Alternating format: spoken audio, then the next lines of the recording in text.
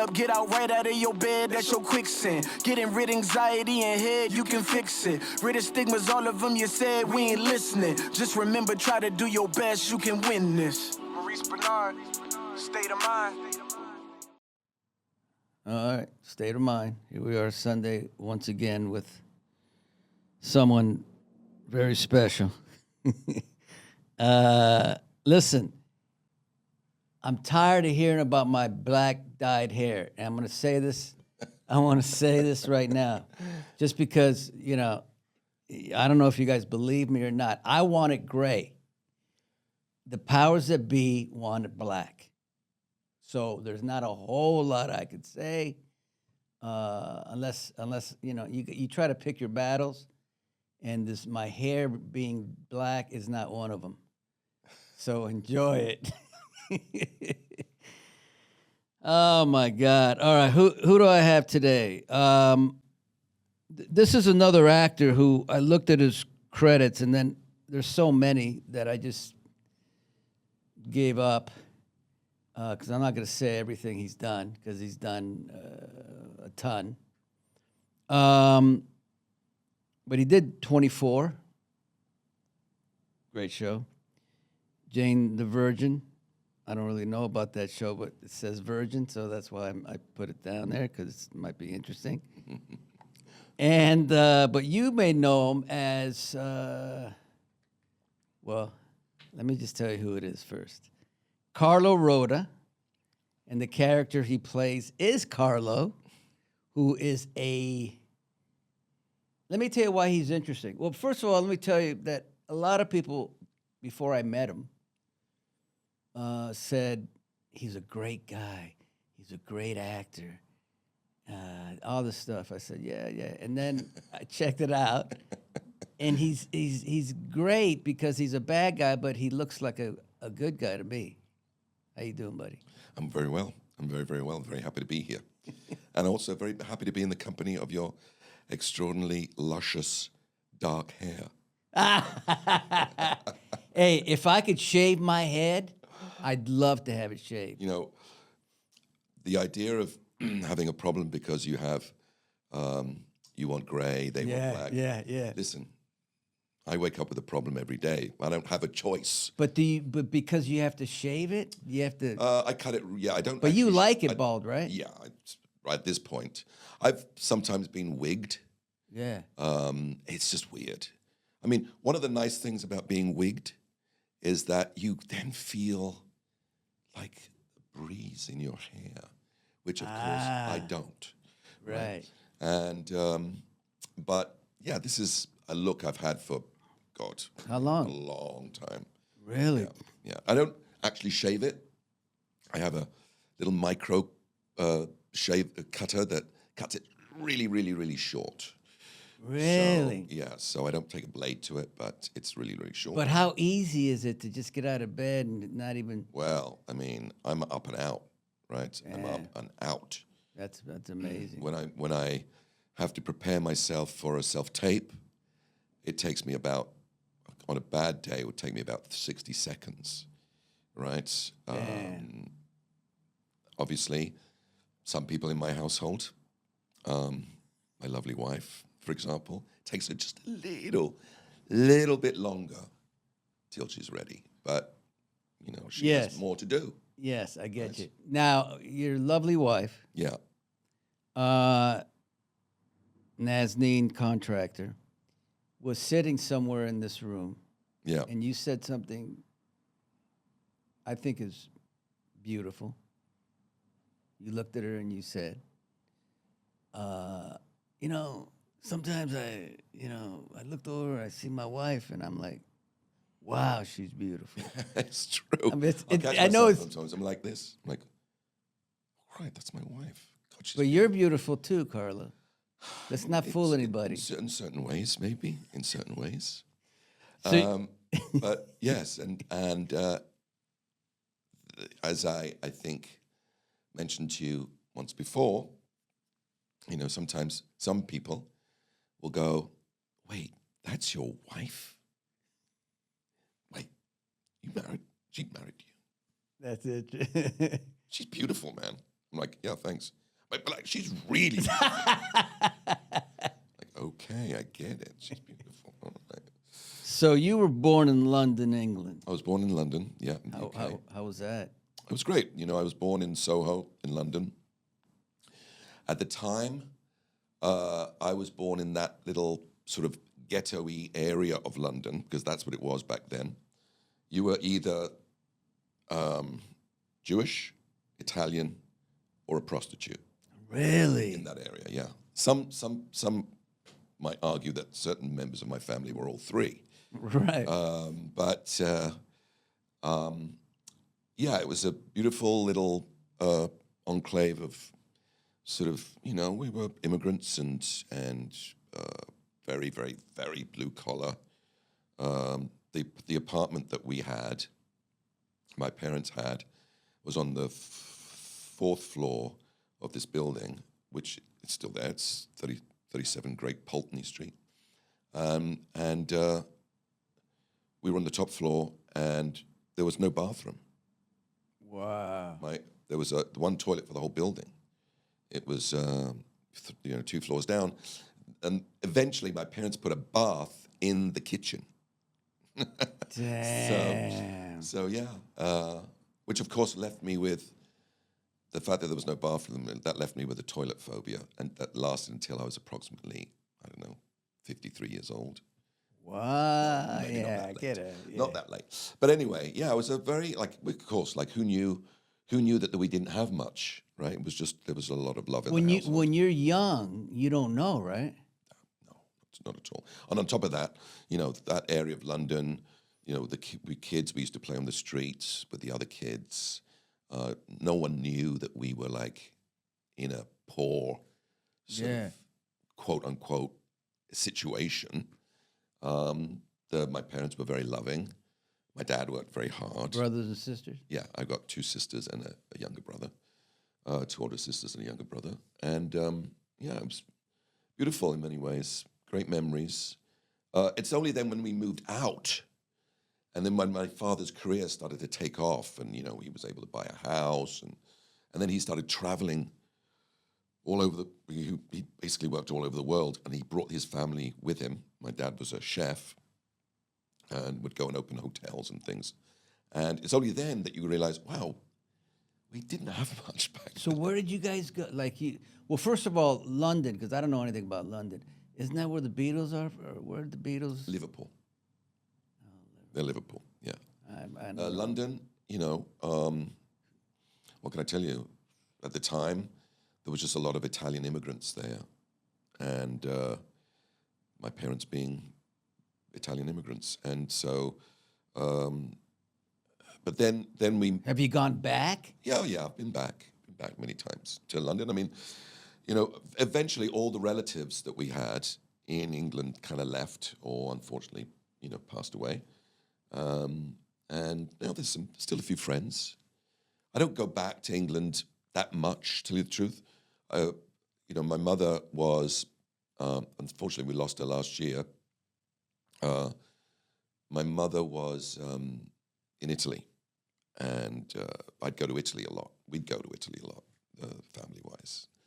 My son and my wife just went to Europe. They love Italy. Oh, yeah. I mean, Italy is it's a beautiful, beautiful place that is unfortunately slowly turning into like a museum. Oh. Yeah. I mean, there's a population. There's no population growth there, and so a lot of these little villages where my father was from, for example, they just get smaller and smaller and older, right? And very few children. I don't know what happened in Italy. People stopped having kids, which is sort of antithetical to what one Really? might But how does that happen? They stop I think it's because it's the same reason it happens in other developed nations like Japan, where people become wealthier. You know, it's kind of ironic. Is it just a man saying, I don't want to have kids? No, it's because people become wealthier, and then their lifestyles don't aren't conducive to it. And, you know, it's a problem in Japan. It's a problem in various countries, developed countries. And but Italy particularly, I think, has the lowest birth rate Dang. of all those Western. And you moved to Hong Kong. So So I lived all my teen years in Hong Kong. How was Hong Kong? Oh, that was amazing. Like, why? The food and stuff? Everything, the colors, the aromas, the life that we had there. We lived a very privileged expatriate life out there, where my father's working for a company in Hong Kong, being paid a fair amount of money, and Right. everything's taken care of. You know, the apartments, schools, everything's taken care of. It was a beautiful lifestyle. We would on the weekends we would go camping on Lantau, which is now completely built up. But it was just a lovely way of spending your teen years. Exotic. And For me, Hong Kong is like all that food on the street. yeah, it's like And- there's so much life there. There's so much. Now, what's the difference? Because my family's going to go to Japan, and I'm not sure if I'm going, but what's the difference between Hong Kong and Japan? I don't know if you've been to Japan. I've only been briefly to Japan. I don't know it enough, but there's a massive difference. Yeah. You know, we've been planning to go to Japan now for a bunch of years, and we're going to have to pull it off at some point. We're going to have to pull it off because I really want to go there. They say it's beautiful, Yeah, right? I think beautiful. Also, just the whole aesthetic, the whole Japanese aesthetic, Yeah. is so enticing. Mm-hmm. They are the design center of the universe, if you like. Everything is so beautifully designed there, Right. right? And a lot of minimalist experience you get there. Love to go. Just it's a question of time, right? And also we have young kids, so it's not always conducive. You have 2 kids? Yeah, we have a 7-year-old and a 13-year-old. They're just about to turn 7 and 13, just the day before Christmas and the day after Christmas. Really? So we have our daughter, our son, who turns 13 on the 24th, and then our daughter turns 7 on the 26th, and then Jesus Christ, of course, in between, sandwiched, between our 2 kids. We don't sing carols, Christmas carols. We just sing happy birthday to everyone. That's good. Oh, man. So let me ask you, what about any experience with mental health, since this is a mental health show? Yes, so I'm actually fascinated by the fact that this is a mental health show. Yeah. In my many diatribes that I have over the years, replicated, where people are like, "Oh God, he's talking about that again." I've often said that this craft that we pursue is your responsibility, and your main work is to stay mentally healthy, Yeah. because the work itself can either throw you down when obviously you may be rejected, or you may not achieve what you want to achieve, or even when you are working, you may get some negative effects from it, or build you up to the point where you are flying when you're working, like flying, leaving the planet. Then when you go home, real life can seem tawdry, Yeah. right? And it's a weird thing to explain to people I get it. who haven't experienced Yeah. that. Like the juice that you are given, and I say given because I honestly do think it's a gift. I do too. The juice you're given when you're actually performing, get little goosebumps just talking about it, You're absolutely right. is so intoxicating, Yeah. that you basically chase that. Yeah. Chase it and chase it, right?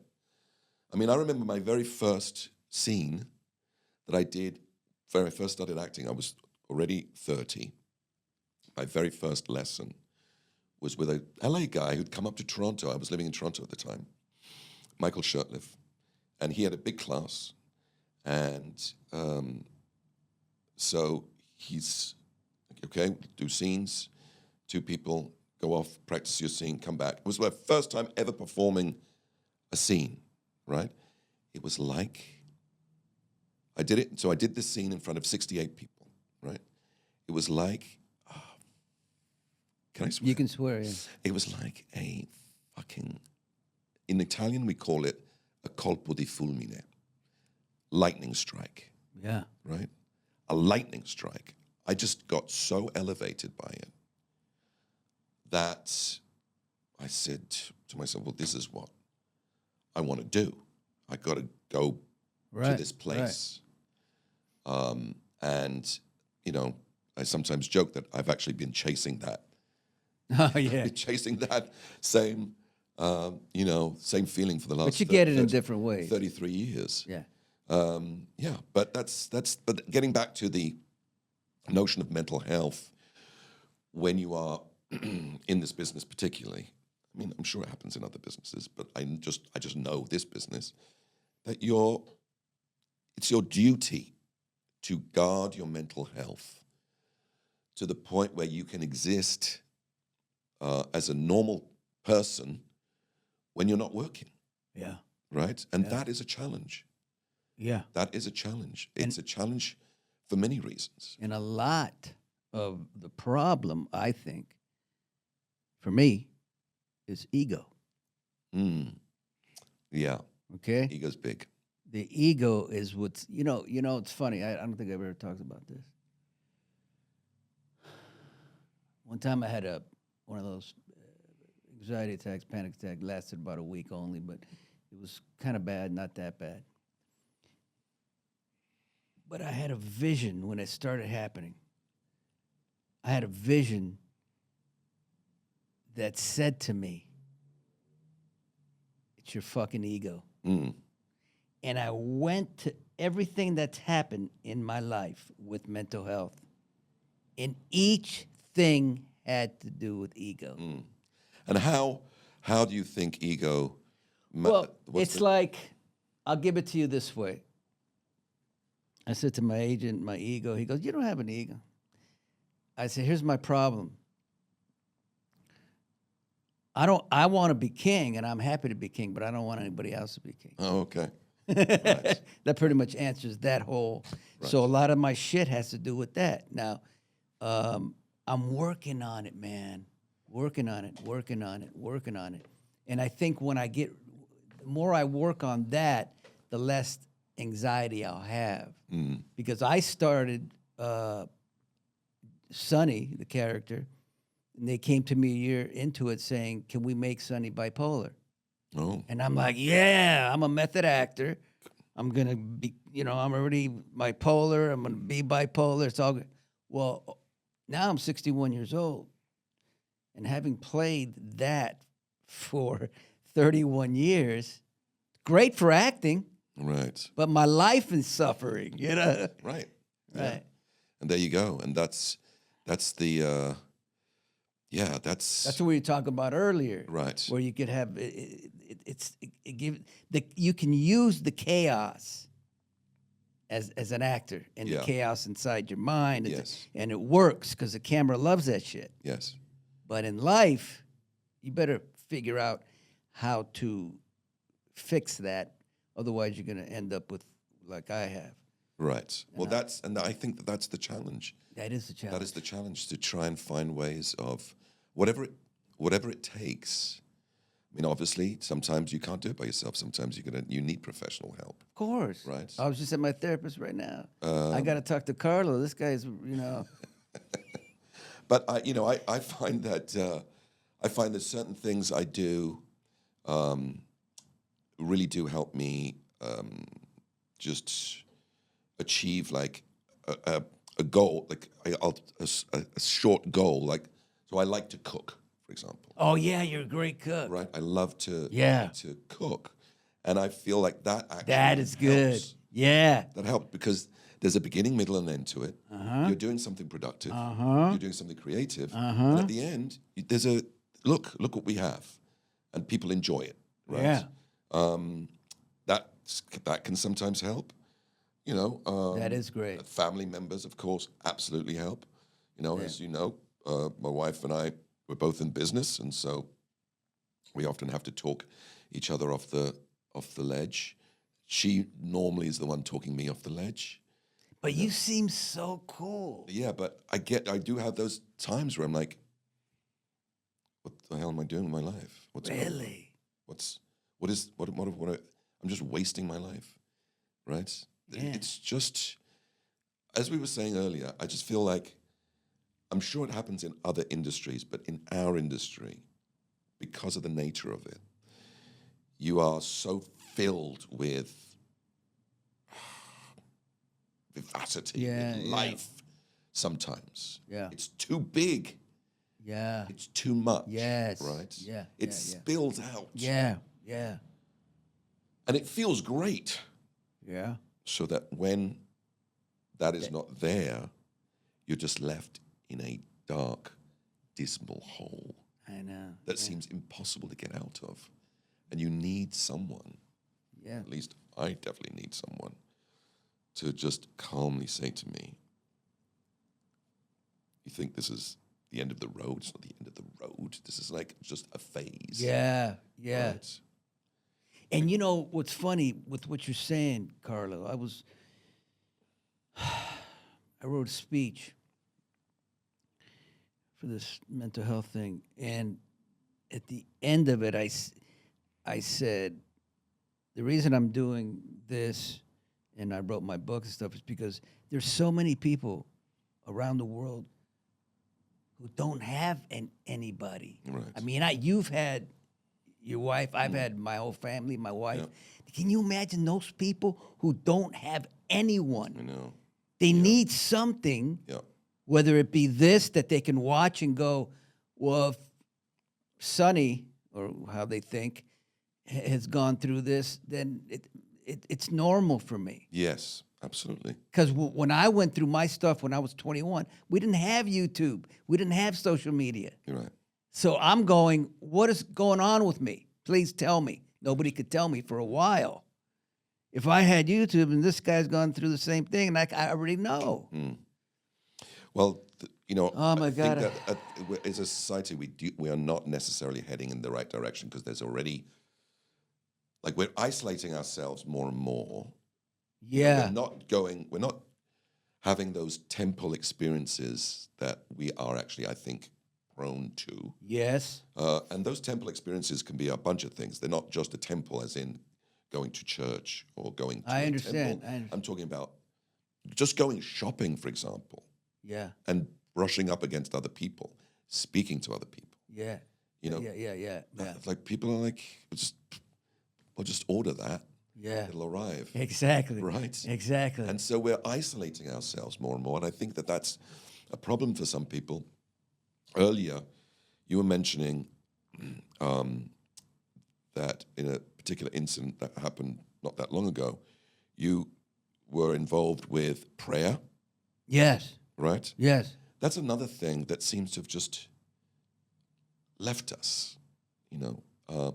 This idea of the solace that you can get from prayer is something that now seems foreign to people, Yeah. right? And it's almost like enough people who have a voice, that a voice that people want to listen to, without seeming preachy about it, because that's where it starts getting a problem. The reintroduction of just the notion of prayer is I think the key to for all of us as we go forward. You know. You know, Carlo, I got 3 more of these. I'm going to be dead by the end, I can tell you, because this is going so great. When I mean great, I mean I like these kind of talks. You know, I got to get into the, you know, where you were born and all that, but this is the kind of talks that I love. Yeah. When I started this, I was a little nervous talking about God, just because of the, you know, the way things are. Yeah. And then I started a little bit more, and now I talk about it all the time, and not one negative, which is great. Prayer, people ask, well, why, you know, God? I said, listen, life is hard enough. If I believe that God helps me through something, whether it be true or not, I believe it to be true, and it helps. What's wrong with that? Life is, man. Life will eat you up and spit you out. Right. So I talk about prayer like in God all the time now, and I love it, and I have no problem with that. Right. Well, I mean, also the meditative aspect of prayer is invaluable. Yeah. You know, it takes you out of your head. Yeah. And I think we need that. You know, meditation is a proven balm for people. Yeah. Right. Prayer is meditation in many ways. Yeah. Yeah. And for mental health, meditation meditation is key, right? is key. And if that's prayer too, then you might as well. Right, right. I mean, you know, you have got such a long history with this. Yes. And it's good, so good that you're like open about it. It's great that you're open about it because I feel like that actually is a real help to people. It is because of the nature of a lot of people. You know, I'm very visual, and a lot of people are visual. If you see something that can hit you and connect with, it's very. I will not stop. Listen, the truth of the matter is, I've said it before. During the pandemic, I was in, and I know people are like, enough with the pandemic. Just hang on, people. Let me just say this last thing. Thank you. But when I was about to do something I shouldn't have done, right? Mm-hmm. I got in the house. I was playing with my goats, and my goats usually give me. It wasn't working. Nothing was working. This is 4 months of hell. I go to inside the house, and I'm on my way to go to the front yard, and I prayed for a second. God, help me. Thought of my family. And then I thought of if I did something, everybody who watches this show will feel, not everybody, some people who watch this show would feel they would have the green light to do it also. Right. And I stopped. Sure. That whole thing stopped me. Oh, Carl, I didn't know we were going to get into all this shit. Fucking, let's get into something else real quick. All right. Let's talk about when you Like, first. Got heavy there for a while. I'm like, all right, shit. we're good. We're fine. We're fine. Acting, how did it all? I mean, I think you mentioned your first thing, but how did you progress from there? Yeah, well, it went from I used to be in the restaurant business. I had a great career in the restaurant business. We had a bunch of restaurants, and then one day I just honestly was like, I cannot do this anymore for a bunch of reasons. There was a lot of family involved, and I just can't do it anymore. I didn't know what else to do. Some of my friends, they suggested I take an acting lesson. I could go and take an acting lesson. I'm like, I used to employ actors in the restaurants, and it used to drive me crazy because often I'd be like, oh, yeah, okay, great. You're not an actor by any chance, are you? Yes, I am. I'm sorry, I can't employ you.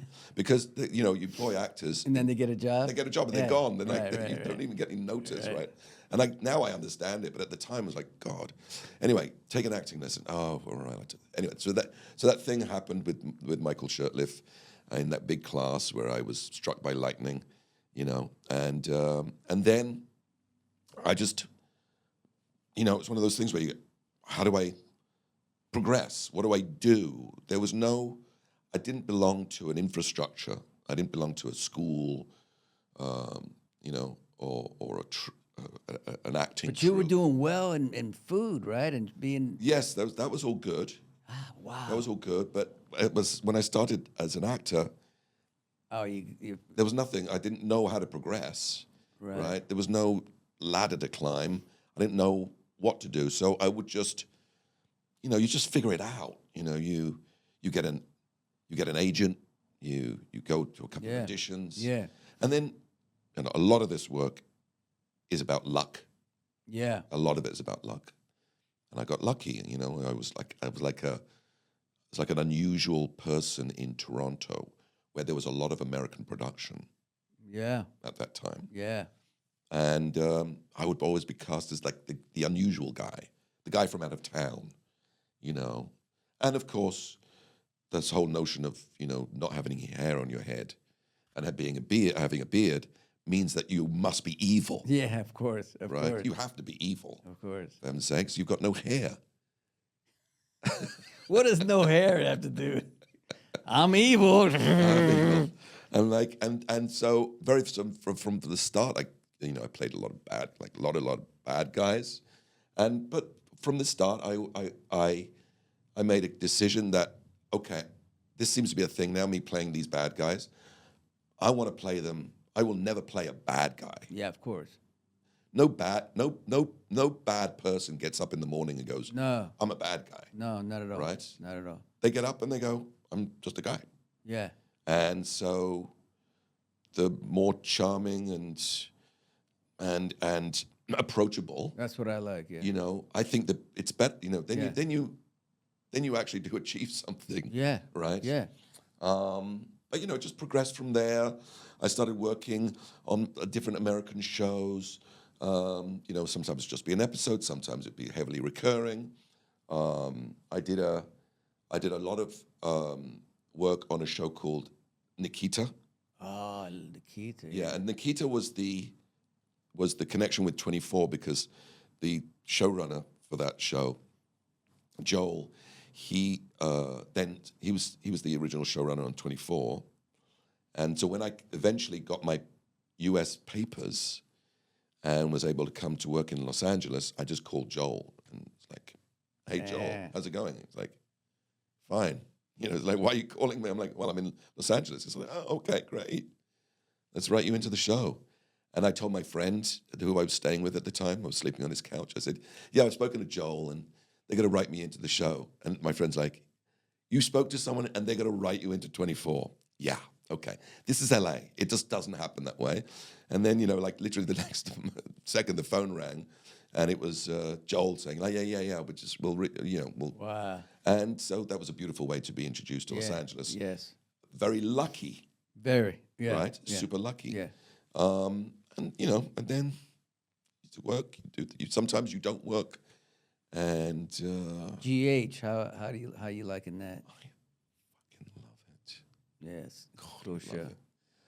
I love so much about it because so much is a surprise. I'm not saying I was a hater. I'm just saying I didn't know the genre, Yeah. right? Yeah. And so as a result of not knowing the genre, I kind of discounted it. Yes, I understand. Okay. And then I go on the show and I'm like, first of all, everyone here is at the top of their game. Yeah. Yeah. Some of the performances, considering the speed, it's exceptional. Yes. I saw your stuff in the church with I Yes, think it's already yes. aired, That was so I can sweet. talk about it. Yeah, it aired. with Sasha. It was so good. Thank you. It was so grounded and she was excellent. Yes. Yes. I mean, this is a great show with great performances. The speed of it As a mother, is crazy. it's crazy. Yeah, it is crazy. It It's is. like jumping off a cliff every single day. But the GH is the best job in the world because I've done other stuff where you have to do stuff outside and it's freezing and it's just not. I mean, I say I want to go back in the studio Yeah, yeah. because you know, and you don't have many hours you work. I know. I spoke to my first few days on the show. I worked a lot with Jason, Oh, Steve. I mean, it's Steve, yeah. He said the same thing. He said exactly the same There's thing. nothing better. Yeah. And he's like, he's obviously a very solid individual because Yes. he gave me like great advice Yes. as a newbie, Yes. which I needed. right? Yes. It's a bit overwhelming when you've never done a day, It is quote overwhelming. unquote daytime. Yeah. And I'm not sure if we can call it daytime anymore because people are now watching it at all hours. Yeah. But it's a lot when you go on set your first day, you've got 40 pages of dialogue. Ridiculous. Movie actors come in, their eyes get big, and they're like, "Can we do that again?" I said, "No, they're already on the fifth." I know, and exactly that's what happened to me. I'm like, great, and it's like, do you think that I could? And no one was even listening to me. Carlo, can we? Because I know you're a big star and you need to leave, but I'm just kidding. Can I ask you some questions about food? Sure, go ahead. And then we'll end it. I want to ask you about your wife. I know how to make. My dad taught me how to make a steak. Okay. So he just basically said, put it on, and don't put the seasoning until the blood starts coming up. Okay. That's how he taught me. Right. And he made the best steaks. So now my son's making steaks. Is that the way to make a steak, or? Well, there's many ways to All right. skin a cat, so to speak. There's many ways to, there's you can grill it, right? Right. Put it You on can pan. you can grill it. My favorite way of making a steak is sort of like pan sauté. Right. But I can tell you now that another fantastic way of cooking a steak is to slow cook it first in the oven, I think that's what Joshua does. right? Slow cook it. Yeah. You bring it up to a certain temperature. You need to have one of those digital thermometers. So you Yeah. can check He it every does that. Okay. And when it's at like 122, 20 to 125, take it out of the oven, right? Okay. And then let it rest for a little bit. Then you quickly sear it on both sides. Yeah. Because when the steak is at that temperature, it looks like a little bit like roadkill. Yes. Right. You want it to you want to sear it Exactly. quickly. Throw some butter in. Yeah. Throw some peppercorns in, Yeah. and Yeah. baste it a little bit, and then always let it rest before you cut into it. Yeah. Okay, thank you, Carlos. How did you meet Nazneen? And we've had such a great time. We'll end it like right here. Such a Nazneen. How did you meet her? Well, I did an episode of Relic Hunter. It was a show that Tia Carrere was the lead of, and I think Tia Carrere did GH, didn't she? She did. Maybe. Is Tia? She did the Wayne's World. Yes. Yeah. Was she on GH or was she? She might She was have definitely been. on some soap. She might have been on GH actually. I think she was. Anyway, the point is, I'm playing the strict sultan of this makeup Middle Eastern state, and Nazneen is playing my daughter. No. Yes. Now, we're actors, right? I didn't know that. We're actors. I tell this story to people, and they're like, oh. I'm like, she's not really my daughter, for heaven's sakes. Yeah. Anyway, apparently, according to my wife, I don't remember this, I was very flirtatious. I'm not a flirtatious person. Right. I was very flirtatious, and we hit it off. And then I didn't see her for like 6 years or so. I ran into her again in Toronto, and she was wearing like these micro shorts that I think she purchased at Toys R Us. And I'm like, beautiful shorts. And she said, call me. She gave me her number. And then basically she came down to visit me in Los Angeles. And when I went to pick her up at the airport, she got off the plane. I saw her at LAX. I'm like, I think my days of being single are numbered. That was it. Yeah. Damn. Yeah. So How long you guys been together? we've been together for 17-ish Damn. years. We've been married for 14. Wow. And we have 2 kids, like I said. And Nazneen was the first woman, who essentially was like, what are we doing? What's going on here?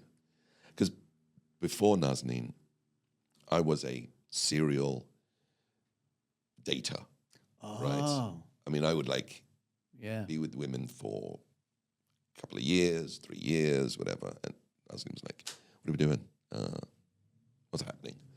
I'm like, okay, yes, you're right. Let's get married. So I flew up to Toronto.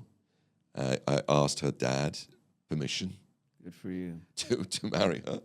I was so nervous. And, her dad was like, yeah, it's great, it's fine. But you know that she's a different religion than you are. I'm like, absolutely, 100%. And I said, and she'll continue to be a different religion than me. And I will honor that and support that, which is essentially why when our son reached a certain age, we took him to India to be initiated in my wife's religion, which she will explain all to you when you speak to her. That's amazing. Yeah, thank God I got married. In Hollywood, you guys are like, I've been married for 35 years. Yeah. It's rare, right? But when you find your soulmate, I know it's cliche, but when you find it, you just hold on to it.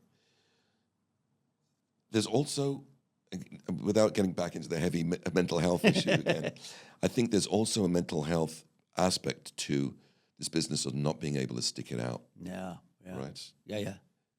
Again, sometimes you need help. Sometimes it's just helpful if you're with a partner who can talk things out with you. Right. Right. Okay, Carlo, we've done it again. You've done it again. Well, you've done it. No, you've done it. This is a fantastic setup you got. Oh, thank you. It's. I want it to be like with my other in my place that I had last time was my apartment, and it always for the guests seemed homey. So I wanted to keep that homey feel.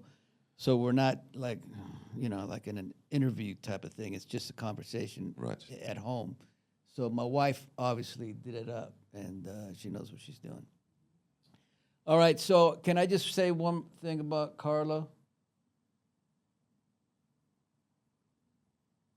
I didn't know him before he came in here. I mean, I talked to him a little bit at GH, never even worked with him.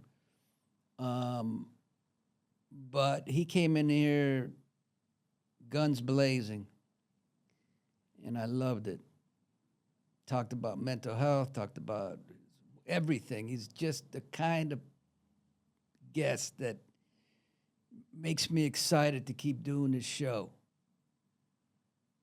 Not somebody who clams up. I'm not saying anybody clams up. But I appreciate him coming. And thank you very much, man.